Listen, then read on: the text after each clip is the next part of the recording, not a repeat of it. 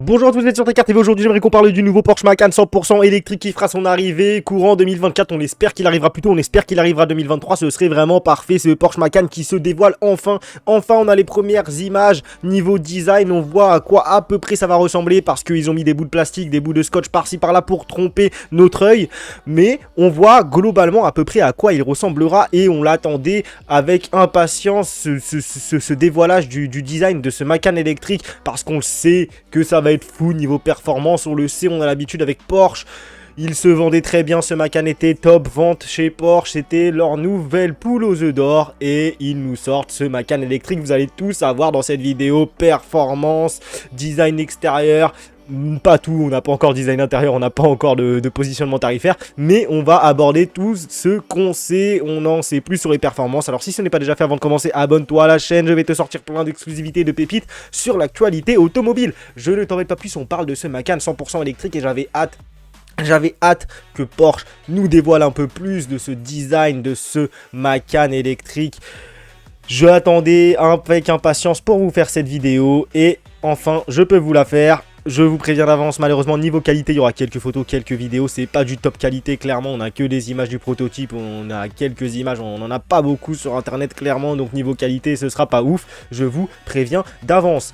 Ce Macan 100% électrique, comme je vous l'ai dit, il se vendait très bien, le Macan thermique chez Porsche, ils ont eu raison de nous sortir une version électrique, car le Macan s'est fait tabasser clairement par le super malus en raison de l'absence de version électrifiée. Donc clairement là, Porsche, ils ont bien vu leur coup de nous sortir une version 100% EV. Niveau perf les gars, tenez-vous bien les gars et les filles, excusez-moi.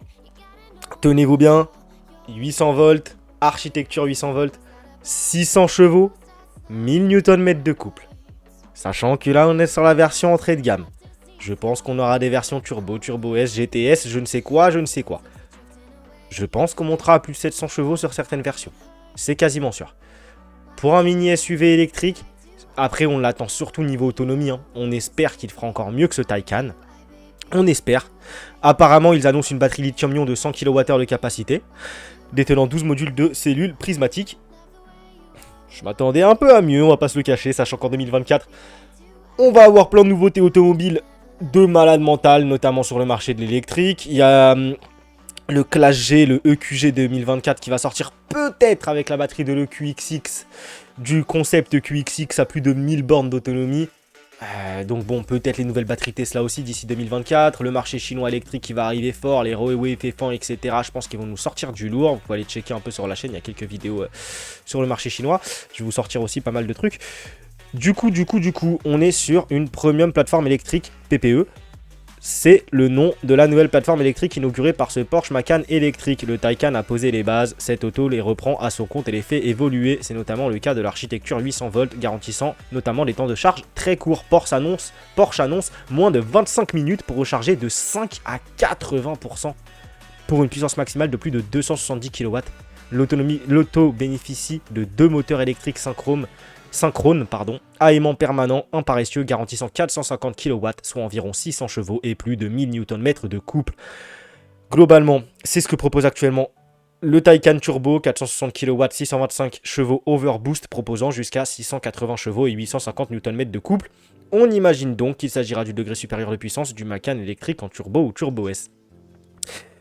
Clairement, je pense qu'il fera encore mieux que le... Enfin, je sais pas, parce que le Taycan, niveau aérodynamisme, je pense que c'est quand même mieux qu'un micro SUV, qu'un mini SUV comme ce Macan.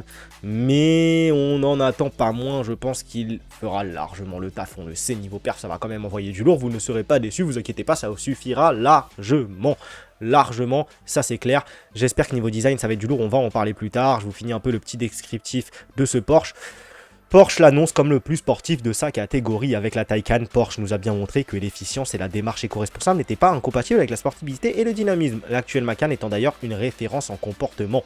Le prochain réunira le meilleur de ces deux mondes. Cela commence par une transmission intégrale avec un potentiel blocage électronique, du différentiel pouvant envoyer jusqu'à 100% du couple à l'avant ou à l'arrière, 50-50 en situation normale, en fonction des conditions, optimisant la motricité et l'agilité. Train avant double triangulation, train arrière multibras, des solutions techniques optimales pour notamment assurer le meilleur comportement et un feeling de direction optimal. Notons un système à 4 roues directrices, rare à ce niveau de gamme, pouvant braquer les roues arrière jusqu'à 5 degrés pour favoriser agilité à basse vitesse et stabilité au-delà. Le confort n'est pas oublié pour le Macan électrique, malgré des jantes allant jusqu'à 22 pouces. 22 pouces les gars, 22 pouces, merci Porsche. Franchement, Porsche, c'est l'une de mes marques, voire ma marque favorite dans le monde automobile. Clairement, j'adore cette marque. Merci de nous sortir du 22 pouces sur ce Macan. C'est totalement ouf, ça va être insane, il va envoyer du lourd. Grâce à une suspension pilotée PASM revue. Notez qu'en fonction des modes de conduite, l'auto pourrait être abaissée avec la vitesse pour une meilleure aérodynamique. C'est fou, c'est totalement ouf, clairement. Merci Porsche, merci. Regardez-moi cette face avant, ce 3/4 avant. Je pense que ça va le faire. On a un peu de mal à visualiser ce que ça va vraiment donner, ce profil. Qu'est-ce que vous en pensez? Moi, je trouve que j'aime bien, j'aime beaucoup. Après, on verra la version finale parce que je pense il y a un peu de trompe-l'œil, etc. Notamment à l'arrière là. J'avais l'impression que l'arrière était un peu trop rabaissé, un peu trop long aussi également. J'aurais aimé qu'il garde les mêmes dimensions que le Macan actuel. Le Macan actuel, il est quasi parfait, on va pas se le cacher. Il se vend comme des petits pains. Pourquoi changer une recette gagnante? Pourquoi changer une recette gagnante? Tout simplement. Porsche, je les encourage à garder à peu près le même design que cet ancien Macan, peut-être un peu plus moderne, un peu plus modernisé. Et vous voyez qu'avec cette arrière, apparemment, on n'aurait pas de bandeau lumineux qui se rejoint, on n'aurait pas de bandeau lumineux, on aurait deux phares bien distincts. Pourquoi pas? Écoutez, on verra ce que ça donne. Regardez, on a des sorties, des fausses sorties de peau chromées, double sortie de peau chromée.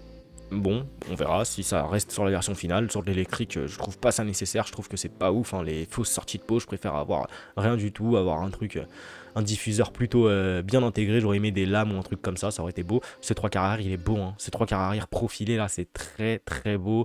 Mais je sais pas, il y a un truc qui bloque un peu avec l'arrière. Je m'attendais à un arrière un peu plus façon comme le Macan actuel. Là, il est un peu trop fuyant, il est un peu trop, je sais pas. Et ce spoiler qui ressort là, qui ressortait. Je suis pas ultra fan. Après, attention, je pense que quand il va arriver version finale, ne vous inquiétez pas, je ne m'arrête pas sur ma position. Je sais qu'il sera beau. Je le sais, c'est sûr, évidemment. Ça va, là comme ça, 3/4 avant, c'est quand même beau. Ça fait penser à un... Vous allez me dire que je suis totalement fou, mais il y a un petit côté Ford Puma là sur ce 3/4 avant. Il y a un petit côté Ford Puma. Je l'aime beaucoup le Ford Puma, clairement, franchement. J'ai hésité un moment à l'acheter. En plus, il est pas très cher, clairement. On était autour des 19-20 000 euros, je crois. C'était pas mal, hein, ce Ford Puma. Il était beau, hein, il est beau. Je l'aime toujours, ce Ford Puma, clairement. Clairement, pourtant, je suis pas fan de Porsche. Il n'y a aucune Ford. Pas fan de Ford, pardon, pas de Porsche. Il n'y a aucune Ford que j'aime, mais ce Ford Puma, il était pas mal.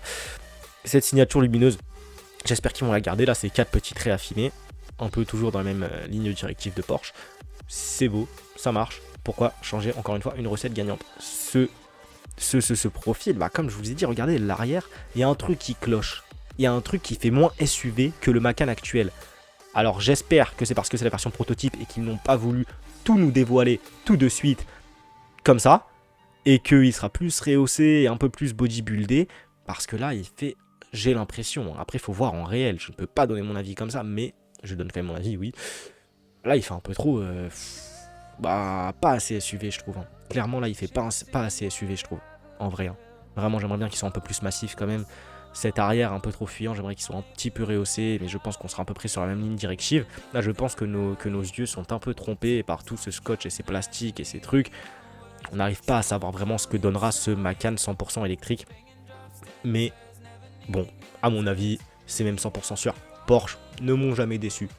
Qu'importe le modèle, Porsche ne m'ont jamais déçu. Leur Taycan est pour moi une réussite à 100%. C'est un truc de fou la Taycan, la signature lumineuse avant avec ces espèces de larmes. Même la version break, là je sais plus comment elle s'appelle. C'est ouf. Je ne saurais pas laquelle choisir entre la version break ou la version de base de cette Taycan. Je pense que ce Macan. Regardez, en fait, il fait un peu SUV coupé de derrière. C'est ça le truc. C'est ça qui me bloque. J'espère qu'ils vont pas nous faire ça, quoi. J'espère qu'ils vont pas nous faire ça. Sortez-nous un autre truc. Si vous voulez nous faire un espèce d'SUV coupé, sortez-nous une autre voiture, une toute nouvelle voiture. Et puis voilà, quoi. Parce que on l'aimait bien, ce Macan de base. Et vous l'avez bien vu qu'il s'est bien vendu. Donc, s'il vous plaît, ne déconnez pas, Porsche. Ne déconnez pas. Ne sortez pas un SUV coupé. Bon, c'est pas non plus... Ah, vous voyez, c'est vraiment allongé à l'arrière quand même. Hein. Je pense qu'il sera plus grand en dimension, en longueur, il sera largement plus grand que le Macan actuel. Hein. Ce serait regrettable. Ce serait regrettable. C'était ça sa force à ce Macan, d'être très compact et en même temps de réussir à faire SUV, de faire bodybuilder. tout en étant vraiment un espèce de micro SUV. Cette vidéo touche à sa fin, n'hésitez pas à vous abonner à la chaîne. Si vous voulez tout savoir sur ce Macan électrique, je vais vous sortir tout ce qu'on sera sur ce Macan. C'était Taikar, portez-vous bien, ciao, bye.